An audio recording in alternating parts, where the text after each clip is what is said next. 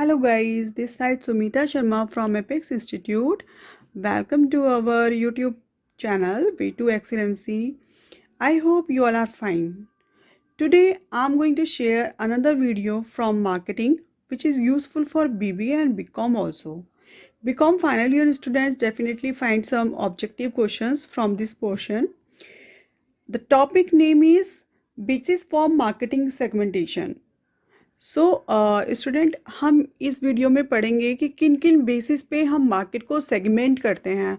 First of all we should understand what is market. Market is a place where buyer and seller meet together for exchanging their goods and services. That is called market. And what is segmentation? Segmentation means divided into different groups. In this video I'm going to describe कि कौन कौन से वो basis होते हैं, कौन कौन से वो क्राइटेरियाज होते हैं जिनके बेस पे मार्केट को सेगमेंट किया जाता है, किन किन के बेस पे मार्केट को सेगमेंट किया जाता है. Okay, so the first basis of segmenting is customer based segmentation. The second one is product related segmentation. The third one is competition related segmentation. And the fourth one is consumer response segmentation.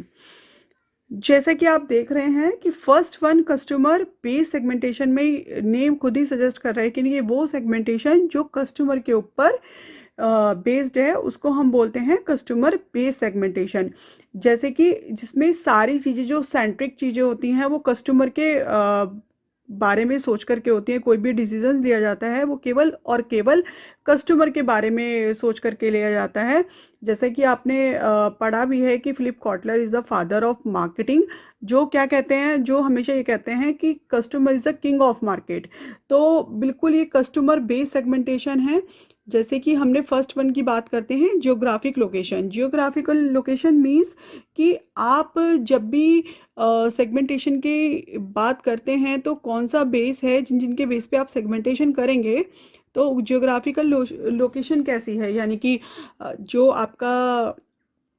आपका जो population है जिनके लिए आप production करने जा रहे हैं वो आपका रूरल है या अर्बन है. तो जियोग्राफिकल लोकेशन बहुत मैटर करती है कि आप अपनी रूरल पॉपुलेशन के लिए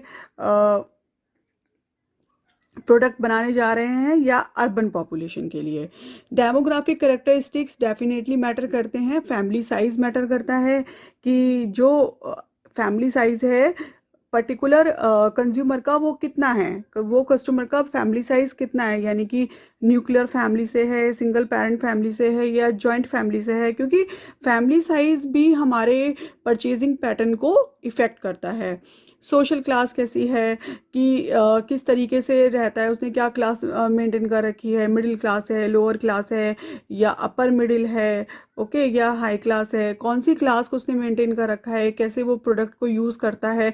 क्योंकि हमारे लिविंग ऑफ स्टैंडर्ड ही हमारी सोशल क्लास को डिफाइन करता है.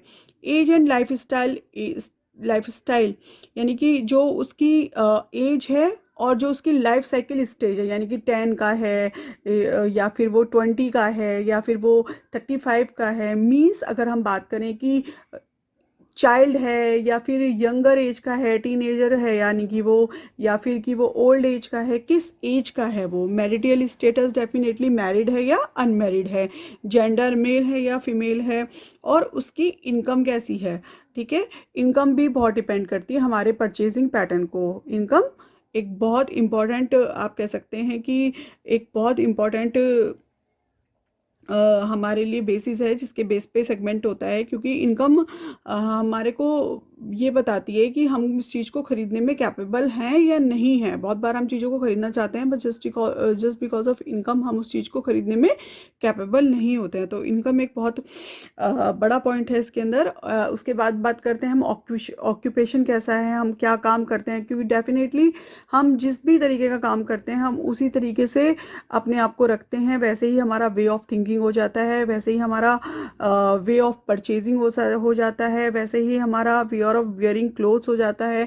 सो जो भी हमारा ऑक्यूपेशन होता है कहीं ना कहीं हमारी जो चीज़ें होती हैं वो उसी की तरह हो जाती हैं। एंड रिलीजन, हम किस रिलीजन से बिलोंग करते हैं वो भी हमारी डेमोग्राफिक करेक्टरिस्टिक्स के अंदर आता है। The third one is psychographic. Psychographic यानी कि वो चीज़ें जो हमारे बिल्कुल माइंड से रिलेटेड होती हैं, जैसे कि हमारा लाइफ स्टाइल कैसा है, हम किस लाइफ स्टाइल को फॉलो करते हैं, ओके, पर्सनालिटी कैसी है हमारी, हम किस प्रोडक्ट के बारे में क्या सोचते हैं कि मुझे पर्टिकुलर यही प्रोडक्ट यूज़ करना है, मुझे दूसरा प्रोडक्ट यूज़ नहीं करना। तो हमारी पर्सनालिटी कैसी है, यानी कि ये वेरिएबल हैं क्योंकि हर किसी की पर्सनालिटी अलग अलग होती है, तो उसका जो वे ऑफ थिंकिंग होता है पर्टिकुलर प्रोडक्ट के बारे में वो भी अलग अलग होगा। तो जो भी आपका मैन्युफैक्चरर होगा या जो भी प्रोडक्शन हाउस होगा, ये उसकी रिस्पॉन्सिबिलिटी बनती है कि वो जितनी भी तरह की पर्सनालिटीज़ होती हैं सबके बारे में सोच करके ही किसी प्रोडक्ट को बनाएं। हमारी जो वैल्यूज़ होती हैं, ठीक है, उनको कंसिडर किया जाता है। हमारे बिलीव्स जो भी होते हैं प्रोडक्ट को लेकर के, उनको कंसिडर किया जाता है। एटीट्यूड को हमारे कंसिडर किया जाता है कि हमारा किसी प्रोडक्ट के प्रति क्या पॉजिटिव एटीट्यूड है या हमारा नेगेटिव एटीट्यूड है, उसको भी कंसिडर किया जाएगा इसी के अंदर। उसके बाद करते हैं हम फोर्थ पॉइंट की, buyer readiness. people who are interested and are decisions to buy, and lastly those who will positively buy the product। यानी कि बायर कितना रेडी है उस प्रोडक्ट को लेने के लिए, that shows buyer readiness। second point is product related segmentation. Definitely product related यानी कि जो बेसिस है इसको प्रोडक्ट से जोड़ करके रिलेट किया गया है, यानी कि जो प्रोडक्ट है आपका उससे रिलेटेड जो सेगमेंटेशन होता है। Product, the first is product use situation. So what is the meaning of product use situation, यानी कि कुछ प्रोडक्ट ऐसे होते हैं जो सिचुएशन के अकॉर्डिंग यूज करे जाते हैं।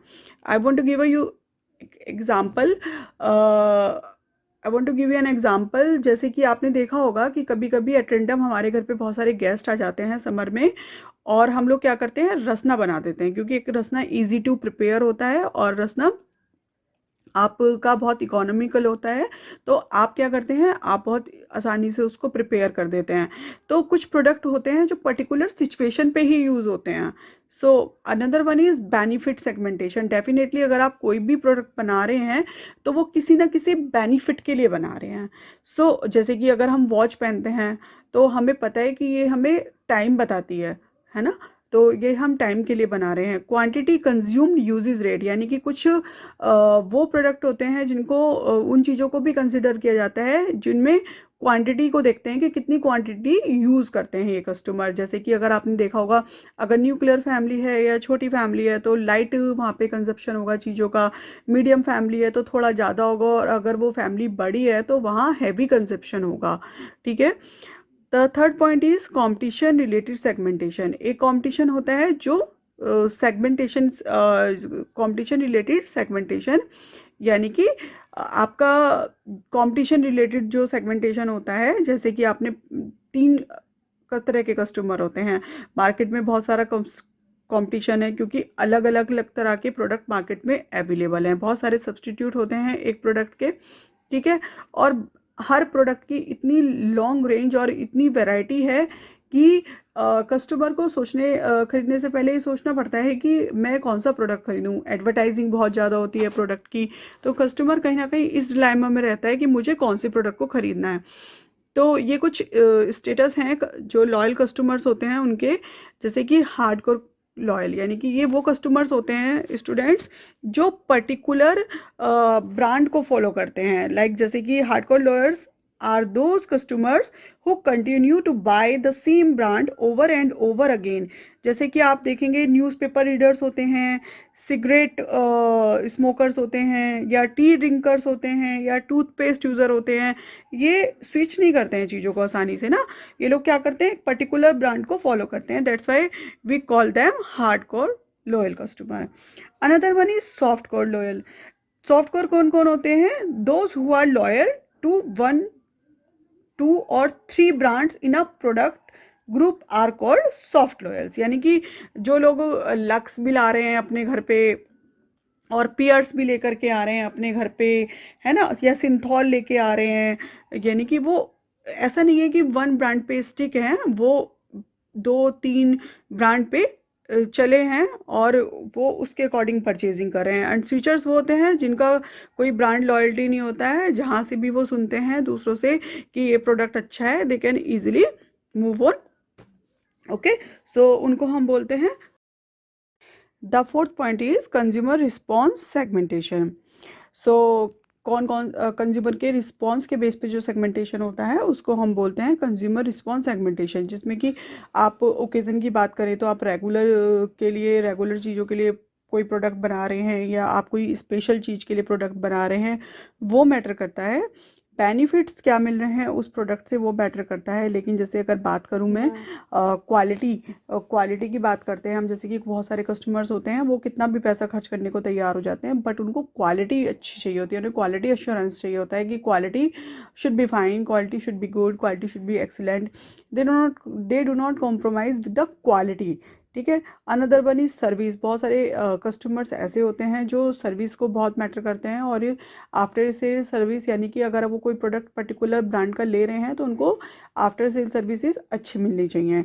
इकोनॉमी भी होनी चाहिए। कुछ लोगों की चीज़ें ये होती हैं कि मुझे 4 व्हीलर भी लेना है बट वो इकोनॉमी होना चाहिए। जैसे पहले क्या होता था, अगर आप गाड़ी की बात करें तो मारुति 800 सबसे ज़्यादा बिकती थी, क्योंकि वो 4 व्हीलर भी था, साथ ही साथ वो बहुत इकोनॉमी था और इकोनॉमिक पड़ता था सभी को, और लोग उसको लेना पसंद करते थे। तो वो कहीं ना कहीं इकोनॉमिक प्रोडक्ट था हमारे लिए। स्पेशली यानी कि कुछ प्रोडक्ट ऐसे होते हैं जो पर्टिकुलर स्पेशल चीज़ों को ध्यान में रख करके बनाए जाते हैं। जैसे कि अगर मैं स्पोर्ट्स की बात करूं तो फरारी जो है पर्टिकुलर एक स्पोर्ट्स कार कह सकते हैं आप, कि वो एक स्पोर्ट्स कार है। यूज़र का स्टेटस भी मैटर करता है कि वो कैसा यूज़र है, उस प्रोडक्ट को कैसे ख़रीद रहा है, उसने कभी उस प्रोडक्ट को यूज़ किया है या नहीं किया है, या उसने एक बार यूज़ करके छोड़ दिया है उसको, या उसने एक ही बार यूज़ किया था और देन उसको कभी यूज़ नहीं किया है उसने, या वो उसको रेगुलर यूज़ करता है। ये स्टेटस भी मैटर करता है। साथ ही साथ जो बायर का रेडीनेस होता है किसी भी प्रोडक्ट को ख़रीदने के लिए, वो भी मैटर करता है कि बायर कितना रेडी है पर्टिकुलर प्रोडक्ट को ख़रीदने के लिए। वो अनअवेयर है कि कोई ऐसा कोई प्रोडक्ट मार्केट में एग्जिस्ट है या नहीं है। वो अवेयर है, यानी कि उसको पता है मार्केट में ऐसा कोई प्रोजेक्ट है, ऐसा कोई प्रोडक्ट है, बट ये नहीं पता उसको कि इसमें टेक्नोलॉजी में क्या डिफरेंस है। वो जानता तो है कि इस प्रोडक्ट को मार्केट में अवेलेबिलिटी है, लेकिन क्या डिफरेंस है टेक्नोलॉजी में ये उसको नहीं पता है, या फिर उसकी क्या डिज़ायर्ड है लेने की प्रोडक्ट को। ठीक है। सो ये बायर रेडीनेस स्टेज पे डिफरेंट डिफरेंट स्टेजेस होती हैं जो मैटर करती हैं। एटीट्यूड क्या है उसका पर्टिकुलर प्रोडक्ट को लेने का, वो इंथुसिस्टिक है बहुत ज़्यादा। जैसे बहुत सारे बायर होते हैं ना कि वो किसी चीज़ को सर्च नहीं करते हैं, एट रैंडम कोई चीज़ पसंद आई, क्रेडिट कार्ड निकाला, एकदम से परचेजिंग कर ली, यानी कि बहुत ज़्यादा उत्साहवर्धक है और एकदम से परचेजिंग कर ली। बहुत सारे होते हैं कि पॉजिटिव है ना, और पॉजिटिव है कि आपको ये चीज़ ख़रीदनी है, उसके पॉजिटिव चीज़ों को देख करके, एस्पेक्ट्स को देख करके चीज़ें खरीद ली कि भाई ये मैंने ख़रीद लिया। अगर मैं क्रेडिट कार्ड का एग्जांपल देती हूँ कि भाई क्रेडिट कार्ड के मामले में अगर मैं क्रेडिट कार्ड रखूँगा तो कहीं ना कहीं मेरे ये काम आएगा ही आएगा। बहुत सारे ऐसे होते हैं, हॉस्टाइल होते हैं, कि मतलब वो बहुत डिलेमा वाली कंडीशन में रहते हैं और वो श्योर नहीं होते हैं कि अगर मैंने ये क्रेडिट कार्ड ले लिया है तो ये जो क्रेडिट कार्ड है इसके जो हिडन चार्जेस हैं छुपे हुए, वो इन्होंने मुझे बताए या नहीं बताए हैं, या कोई सेल्स पर्सन अगर मेरे को इतने अच्छे से अटेंड कर रहा है और मेरे को ये कुछ बेचना चाह रहा है तो इसका क्या प्रॉफिट है। तो कहीं ना कहीं उनके मन में एक क्वेश्चनिंग बनी रहती है। So these are the 4 basis जिनके बेस पे हम मार्केट को सेगमेंट करते हैं। कोई भी प्रोडक्शन हाउस जो भी मार्केट सर्वे कराता है या जो भी मार्केट रिसर्च होती है वो इन्हीं बेसिस पे होती है। पहले इन बेसिस को कंसिडर किया जाता है और इन बेसिस को कंसिडर करने के बाद ही मार्केट को सेगमेंट किया जाता है और प्रोडक्ट को बनाया जाता है। Thanks for watching.